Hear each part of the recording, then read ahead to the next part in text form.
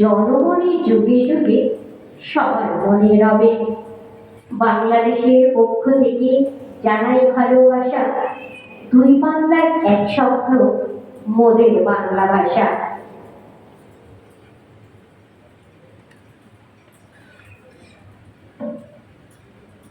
এ পর্যায়ে আলোকে কবির হৃদয়ে এতটুকু সুর কবিতাটি আবৃত্তি করার চেষ্টা করছি। আমি সেলিনা সাথী, আমার সাথেই আছেন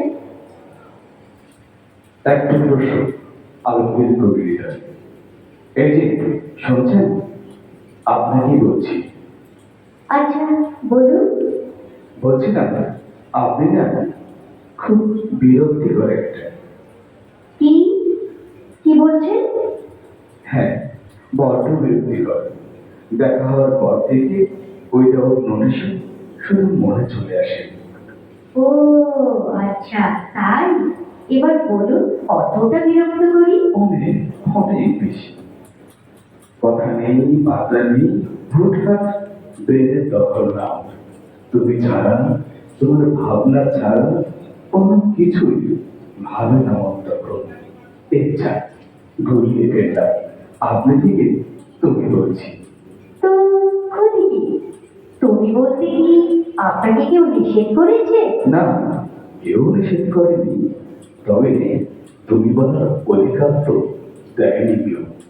তুমি বলতে গেলে বন্ধু হতে হয়, অথবা ভালোবাসার মানুষ, কিংবা আপনজন, অথবা প্রিয়জন হতে হয়। আহা, কত কথা বলে রে এই লোকটি।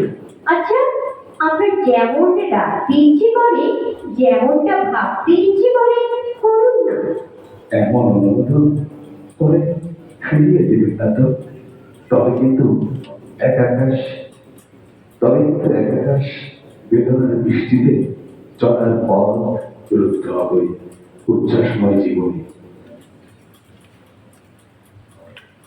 ভাবচিন্তা ফিরিয়ে নেব না, কথা বলবো না, আর আপনিও আজ থেকে তুমিতেই থাকবে। আমার কাছে যে তুমি অধিকার দেয় ইচ্ছে মতো ভাববার, ইচ্ছে মতো আমাকে তোমার মতো করে সাজাবার। কথা দিলে কিন্তু মনে থাকবে তো? তোমার মনে আছে বলেছিলে আপনি আমার জন্য এতটা সময় দেন, আমি সত্যি সত্যি আপনার কাছে কৃতজ্ঞ। হুম, একদম পড়ে আছে। সে আর বলতে, তোমার অনেক কথার উত্তরে দুই একটি বলতাম, তবে ওই কথাটি মন থেকেই বলেছিলাম। তুমি তুমি এক অদ্ভুত মানুষ, ক্ষণিক পরিচয়ের এই আমাকে মুগ্ধ করে ফেললে। মাঝে মধ্যে কিভাবে জানো, তোমার আমার পথের দূরত্ব নেহাই কম নয়, তবু তবু কি অসীম ক্ষমতা তোমার মন ছুঁয়ে গেলে।